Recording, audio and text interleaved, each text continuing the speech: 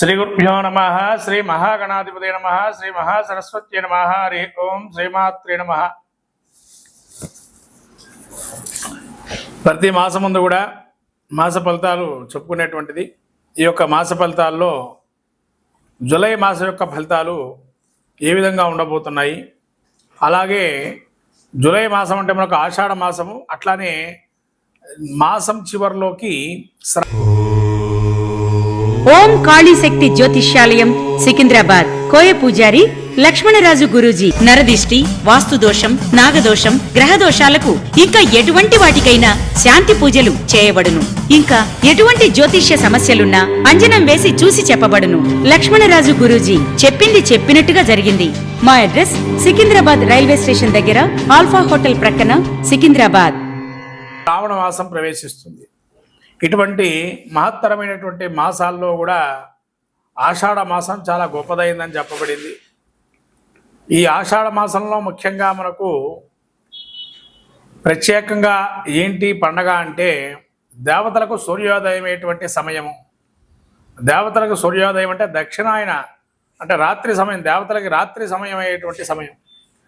ఈ దేవతలకి రాత్రి సమయం ఏదైతే ఉంటుందో వాళ్ళకి దక్షిణాయన పుణ్యకాలం నుంచి ప్రారంభమవుతుంది. కాబట్టి దేవతల రాత్రి సమయాన్ని దక్షిణాయన పుణ్యకాలంగా మనము అనేకమైనటువంటి వ్రతాదులు, అనేక నిర్మిష్టలతో దీక్షగా చేసుకునేటువంటి కర్తవ్య మార్గాలు అనేకం కూడా ఉంటాయి.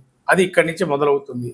అట్లనే తొలి ఏకాదశి అని మానవులకి ఉండేటువంటి ప్రధాన పండగ, మొదటి పండగగా తొలి ఏకాదశిగా చెప్పబడింది. ఈ తొలి ఏకాదశి అనేటువంటిది మనము దేవతల్లో విష్ణుమూర్తికి ప్రత్యేకంగా ఈ ఏకాదశి ఉపవాసాలు ఎవరైతే ఉంటారో ఈ ఏకాదశి నుంచి పాటిస్తూ ఉంటారు.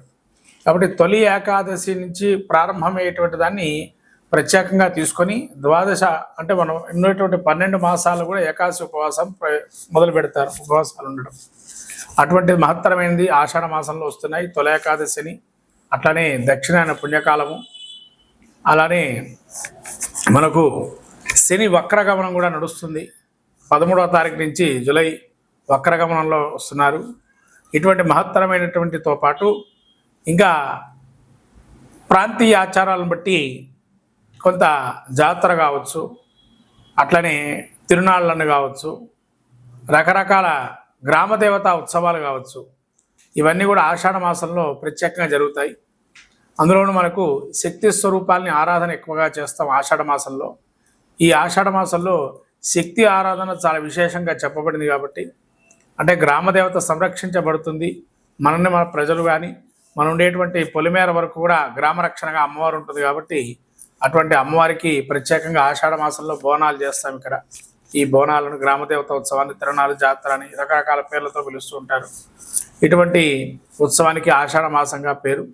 ఈ ఆషాఢ మాసంలో ఎవరెవరు ఏం చేయాలి, ద్వాదశ రాశుల వారి యొక్క పరిస్థితి ఏ విధంగా ఉంది, వాళ్ళ యొక్క గ్రహస్థితి ఏ విధంగా ఉంటుంది అనేది మనం చెప్పుకునే ప్రయత్నం చేద్దాం. మొదటిగా ద్వాదశ రాశుల్లో ఆషాఢ మాసంలో చేయదగినటువంటి సూచన ఏంటంటే, ఏం చేయాలంటే మరి ఆషాఢ మాసంలో అంటే ఏదైనా శక్తి కొలది వస్త్రదానం చేస్తే కనుక చాలా విశేషంగా చెప్పబడుతుంది. అట్లానే వస్త్రదానంతో పాటు ఏదైనా ప్రతిమా దానం, అందులో వ్యాస పౌర్ణిమ కూడా ఉంది, గురు పౌర్ణిమ అంటారు.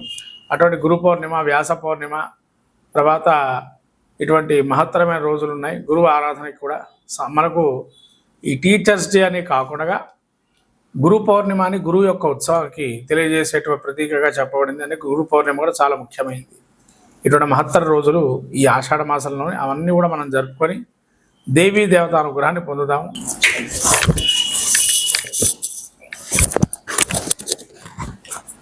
శ్రీ గురుభ్యో నమ. శ్రీ మహాగణాధిపతే నమ. శ్రీ మహాసరస్వత్యై నమ. హరి ఓం. శ్రీమాత్రే నమ.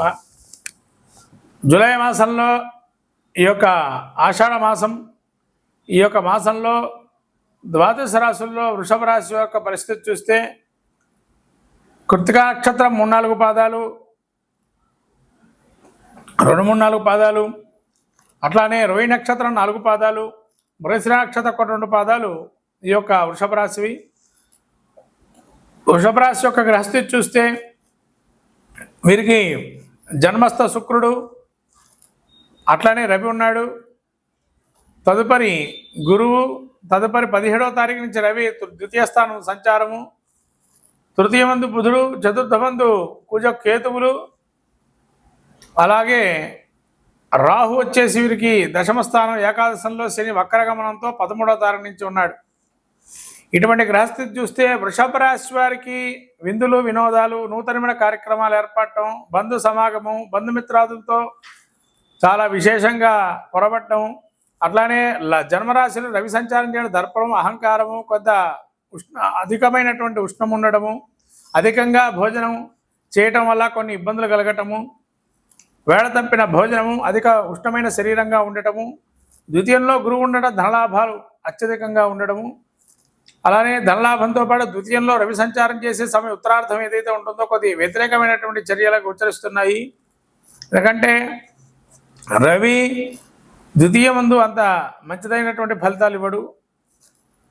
ఏదైనా డబ్బు కానీ లేదైనా కుటుంబంలో కానీ కొన్ని కలహాలు ఏర్పరిచే అవకాశం ఉంటుంది.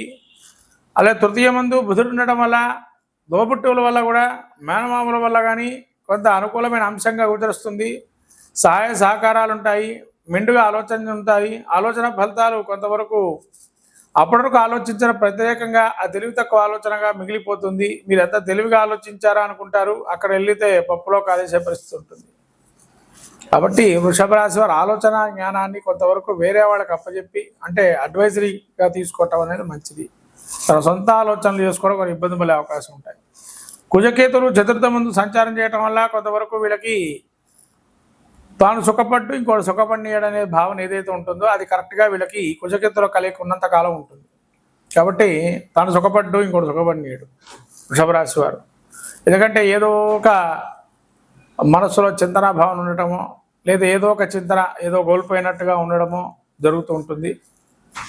అంటే తెలియనటువంటి ఏదో అయిపోతుందేమో, ఏదో జరిగిపోతుందేమో, నా మీద ఎవరు ఏదో కుట్ర చేస్తున్నారేమో, ఏం ఉండదు అక్కడ. మనస్సులో ఒక చింతన భావన తప్ప ఏముండదు. అది మళ్ళీ రిపీట్ అయ్యే అవకాశం ఉంటుంది.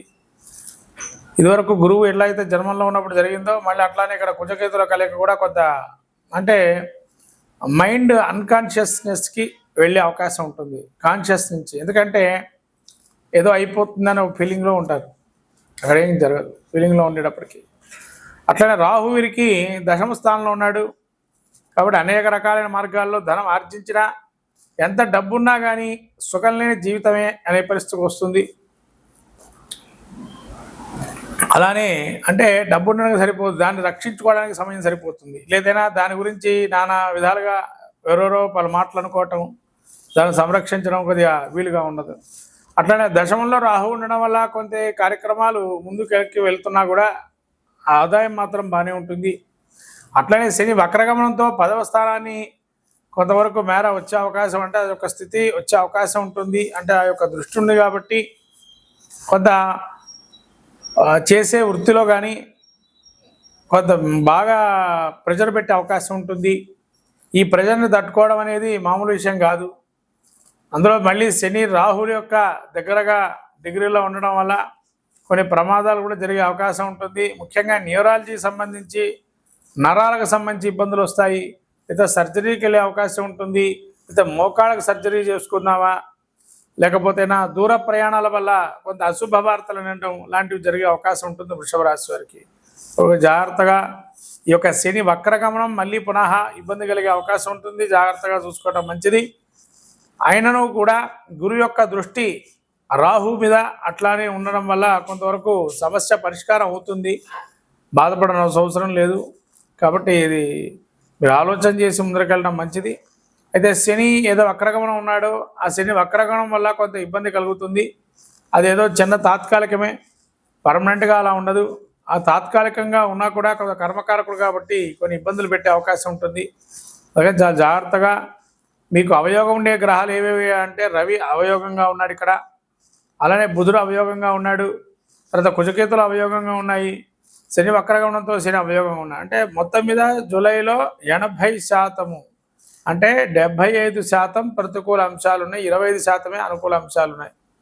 కాబట్టి నవగ్రహ స్తోత్ర పారాయణం కానీ, శివుడికి అభిషేకం చేసుకోవటం కానీ, లేదా అఘోర పాశుపత అభిషేకం చేసుకోవటం కానీ, నవగ్రహాలకి యథాశక్తిగా ధాన్యదానం సమర్పించడం కానీ, లేదా సుబ్రహ్మణ్య అక్షత్ర దర్శనం చేసుకోవటం వల్ల జ్ఞానాన్ని సంపాదించడం కానీ చేస్తే చాలా విశేషంగా ఉంటుంది వృషభ రాశి వారికి. శ్రీమాత్రే నమః.